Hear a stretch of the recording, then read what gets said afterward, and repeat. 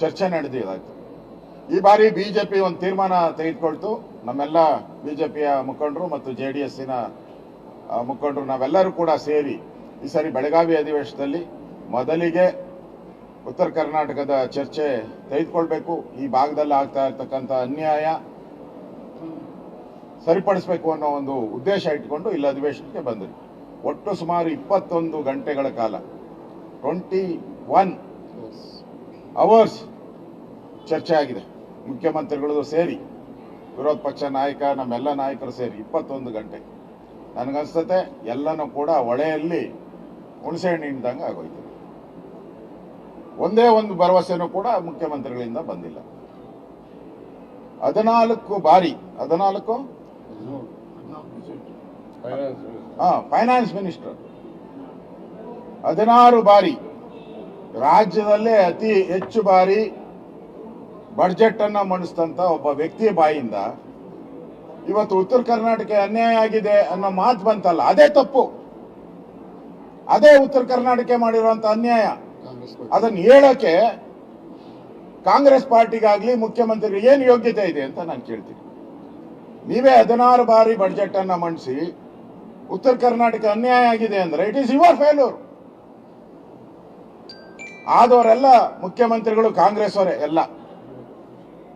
60 ವರ್ಷ ಮುಖ್ಯಮಂತ್ರಿಗಳು ನಿಮ್ಮವರೇ, PWD ಮಂತ್ರಿ ನಿಮ್ಮವರೇ, ನೀರಾವರಿ ಮಂತ್ರಿ ನಿಮ್ಮವರೇ, ಸತತವಾಗಿ ನೀರಾವರಿ ಮಂತ್ರಿಗಳು, ಸತತವಾಗಿ PWD ಮಂತ್ರಿಗಳು.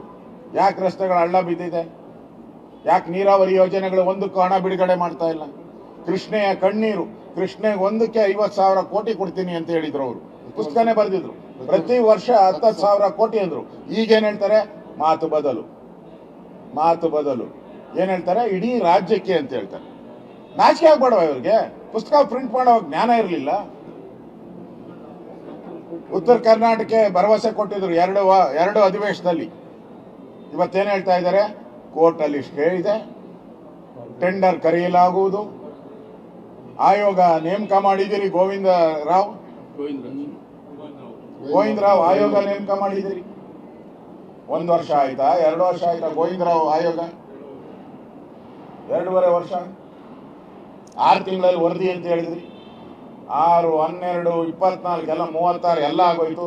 ಇನ್ನೂ ವರದಿ ಮೇಕಪ್ ಮಾಡ್ತಾ ಇದ್ದಾರಂತೆ ವರದಿಗೆ. ಅಂದ್ರೆ ಈ ಸರ್ಕಾರ ಫೇಲ್ಯೂರ್. ಸುಳ್ಳೇ ಸುಳ್ಳು. ಮುಖ್ಯಮಂತ್ರಿ ಅಪ್ಪಟ ಸುಳ್ಳುಗಾರ. ಹೇಳಿದ್ದೆಲ್ಲ ಸುಳ್ಳು. ಇವತ್ತೇನೋ ನಮ್ಮ ಜ್ಞಾನೇಂದ್ರ ಹೇಳ್ತಾ ಇದ್ರು, ಉತ್ತರ ಕರ್ನಾಟಕದ ಬಂದಿದ್ದೀರಿ, ಬಹಳ ಭರವಸೆಗಳನ್ನು ಬರ್ತದೆ ಅಂತ. ಉತ್ತರ ಕರ್ನಾಟಕದ ಮನೆಯಲ್ಲೂ ಕೂಡ ಜನ ಯೋಚನೆ ಮಾಡ್ತಾ ಇದ್ರು. ಏನೋ ಇವತ್ತು ನಮಗೆ ಮುಖ್ಯಮಂತ್ರಿ ಅನೌನ್ಸ್ ಮಾಡ್ಬಿಡ್ತಾರೆ, ನಮ್ಮೆಲ್ಲ ರಸ್ತೆಗಳು ಸರಿ ಹೋಗ್ತದೆ, ಆಸ್ಪತ್ರೆ ಸರಿ ಹೋಗ್ತದೆ, ಹೊಸ ಮನೆ ಸಿಗ್ತೈತೆ, ಕರೆಂಟ್ ಬಂದ್ಬಿಡುತ್ತೆ ನಮಗೆ. ಇವತ್ತು ಕರೆಂಟೇ ತೆಗೆದುಬಿಟ್ರು. ಉತ್ತರ ಕರ್ನಾಟಕದ ದೀಪವನ್ನೇ ಆರಿಸ್ಬಿಟ್ರು. ಮೋಸ. ಇದು ಕಾಂಗ್ರೆಸ್ ಅವರು ಇವತ್ತು ಉತ್ತರ ಕರ್ನಾಟಕಕ್ಕೆ ದೊಡ್ಡ ಅನ್ಯಾಯ ಮಾಡಿದ್ದಾರೆ. ಯಾವುದೇ ಘೋಷಣೆ ಮಾಡದೆ, ಯಾವುದೇ ಹಣವನ್ನ ಘೋಷಣೆ ಮಾಡದೆ, ಯಾವುದೇ ಅಭಿವೃದ್ಧಿ ಕಾರ್ಯವನ್ನ ಘೋಷಣೆ ಮಾಡದೆ, ಬರೀ ಕೇಂದ್ರ ಸರ್ಕಾರದ ಮೇಲೆ ಆಪಾದನೆ ಮಾಡಿದ್ದಾರೆ. ಕೇಂದ್ರ ಸರ್ಕಾರ ಕೊಟ್ಟಿರೋ ರೈಲ್ವೆ ಯೋಜನೆಗೆ ಜಮೀನು ಕೊಟ್ಟಿಲ್ಲ ಇವ್ರ ಯೋಗ್ಯತೆಗೆ. ಕೇಂದ್ರ ಸರ್ಕಾರ ಕಸ ವಿಲೇವಾರಿಗೆ ಬಿಡುಗಡೆ ಆಗಿರುವಂತ ಹಣಕ್ಕೆ ಮ್ಯಾಚಿಂಗ್ ಗ್ರಾಂಟ್ ಕೊಟ್ಟಿಲ್ಲ ಇವ್ರ ಯೋಗ್ಯತೆಗೆ. ದೇವಸ್ಥಾನ ಎಲ್ಲಮ್ಮ 213 ಕೋಟಿ ಕೇಂದ್ರ ಸರ್ಕಾರ ಪ್ರಸಾದ ಯೋಜನೆ ಅಭಿವೃದ್ಧಿಗೆ 213 ಕೋಟಿ ಪ್ರಾರಂಭ ಮಾಡಕ್ಕೆ ಯೋಗ್ಯತೆ ಇಲ್ಲ. ಬೆಳಗಾವಿ ಕೆರೆಗಳಿಗೆ ಸುಮಾರು 50 ಕೋಟಿ ಅಷ್ಟು ಹಣ ಉಪಯೋಗ ಮಾಡ್ಕೊಳ್ಳೋಕೆ ಯೋಗ್ಯತೆ ಇಲ್ಲ ಕೇಂದ್ರ ಸರ್ಕಾರಕ್ಕೆ. ಜಲ್ ಜೀವನ್ ಮಿಷನ್ 1000 ಕೋಟಿ ಬರಬೇಕಂತೆ. ಇವ್ರದೇ parliament member, Congress parliament member. ಈ ಪಾರ್ಲಿಮೆಂಟ್ ಅಲ್ಲಿ ಕ್ವಶನ್ ಹಾಕಿದ್ದಾರೆ, ನನಗಿರುವಂತ ಮಾಹಿತಿ ಮತ್ತೆ ಚೆಕ್ ಮಾಡ್ತೀನಿ ಬೇಕಾದ್ರೆ. ಅವ್ರು ಕೇಳಿದ್ದಾರೆ ಜಲ್ ಜೀವನ್ ಹಣ ಯಾವಾಗ ಬಿಡುಗಡೆ, ನೀವು ಬಿಲ್ ಸಬ್ಮಿಟ್ ಮಾಡಿ ನಾವು ಹಣ ಬಿಡುಗಡೆ ಮಾಡ್ತೀವಿ ಅಂತ ಹೇಳಿ. ನಮ್ಮ PSC ಚೇರ್ಮನ್ CC ಪಾಟೀಲ್ ಅವರು ಅವರದೇ ಕಮಿಟಿಯಲ್ಲಿ ಅಧಿಕಾರಿಗಳು ಬಂದು ಉತ್ತರ ಕೊಟ್ಟಿದ್ದಾರೆ, ನಮಗೆ ಬಿಲ್ ಸಬ್ಮಿಟ್ ಮಾಡಕ್ ಆಗ್ತಾ ಇಲ್ಲ, ಕೆಲಸ ಆಗಿಲ್ಲ.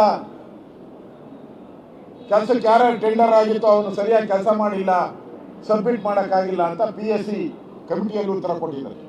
ಸವಾಲು ಹಾಕಿದ್ರು CC ಪಾಟೀಲ್ ಅವರು. ನಾನೆಲ್ಲ ದಾಖಲೆ ನಿಮ್ಮ ಮನೆಗೆ ಕಳಿಸ್ಕೊಡ್ತೀನಿ ಅಂತ ಹೇಳಿದ್ದಾರೆ. ಇಷ್ಟೆಲ್ಲ ಆದ್ಮೇಲೂ ಕೂಡ ಉತ್ತರ ಕರ್ನಾಟಕಕ್ಕೆ ನಾನು ಅಭಿವೃದ್ಧಿ ಮಾಡಿದ್ದೀನಿ ಅಂದ್ರೆ ಇದು ಸುಳ್ಳೇ ಅಲ್ಲ. ಕಾಂಗ್ರೆಸ್ ಪಾರ್ಟಿ ಸುಳ್ಳಿನ ಮನೆ, ಇವತ್ತು ಸುಳ್ಳಿನ ಮನೆ, ಸುಳ್ಳೇ ಕಾಂಗ್ರೆಸ್ ಪಾರ್ಟಿಯ ಧ್ಯೇಯ, ಮನೆ ದೇವರು. ಮೊನ್ನೆ ಅಧಿವೇಶನದಲ್ಲಿ ನಮ್ಮ ತೆಂಗಿನಕಾಯಿ ಅವರು, ಮಹೇಶ್ ತೆಂಗಿನಕಾಯಿ ಅವರು, ಇಡೀ ರಾಜ್ಯದಲ್ಲಿ 5,000 ಕೋಟಿ ಬಡವರು ಸೇರ್ಬೇಕಾಗಿದ್ದ ಗೃಹಲಕ್ಷ್ಮಿ ಹಣನ ಪತ್ತೆ ಮಾಡಿದ್ರು. ಕೊಟ್ರ ಇಲ್ಲ.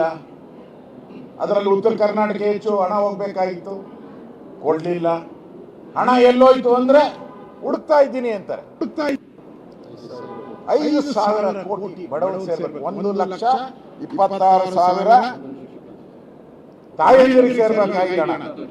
1,26,00,000 ತಾಯಂದಿರಿಗೆ ಸೇರ್ಬೇಕಾಗಿದೆ. ಮತ್ತೆ ಕೊಡಕ್ಕಾಗಲ್ಲ. ನಾನು ಹೇಳ್ತಾ ಇದ್ದೀನಿ, ಈ ಸರ್ಕಾರ ಸಾಲ ಸರ್ಕಾರ, ಸಾಲಗ ಸರ್ಕಾರ.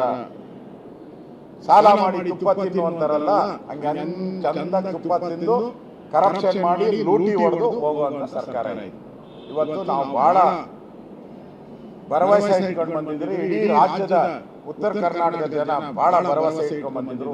ಏನೋ ಒಂದು ಒಳ್ಳೆ ಕಾರ್ಯ ಇವತ್ತಾಗುತ್ತೆ. ಎಲ್ಲರೂ ಮುಖ್ಯಮಂತ್ರಿ ಬಂದು ಕಾಲಿಟ್ಟಿದ್ದಾರೆ.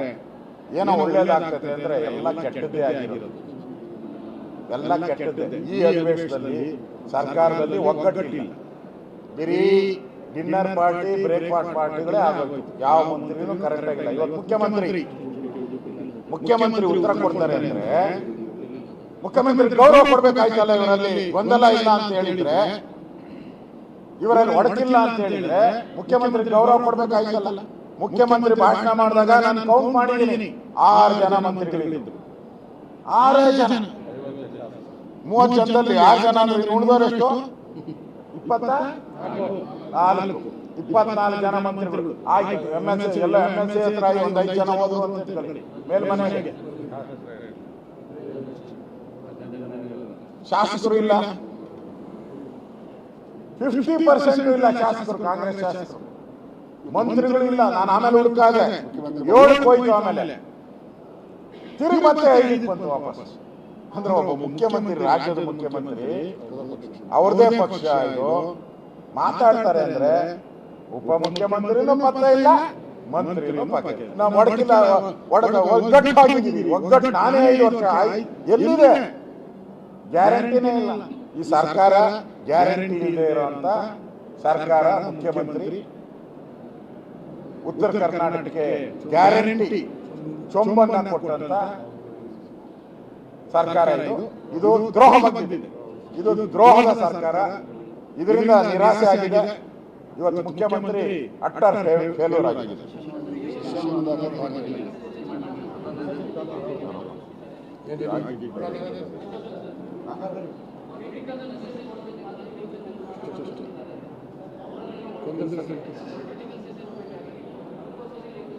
ಹೌದು, ಅದನ್ನೇ ಅವ್ರು ಪದೇ 10 ಬಾರಿ ಏನ್ ಹೇಳಿದ್ದಾರೆ, ನಾನೇ ಇರ್ತೀನಿ, ನಾನೇ ಮುಖ್ಯಮಂತ್ರಿ. ಹೈಕಮಾಂಡ್ ನಮ್ಮ ಕಡೆ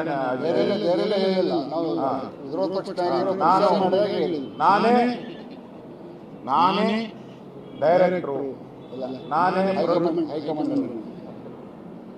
ಹೈಕಮಾಂಡು, ನಾನೇ ಪ್ರೊಡ್ಯೂಸರು, ನಾನೇ ಸ್ಕ್ರೀನ್ ಪ್ಲೇ ಎಲ್ಲ ಹೇಳ್ಬಿಟ್ಟು. ಮತ್ತೆ ನಾನು ರಾಜಕೀಯವಾಗಿ ಸದೃಢ ಇದ್ದೀನಿ.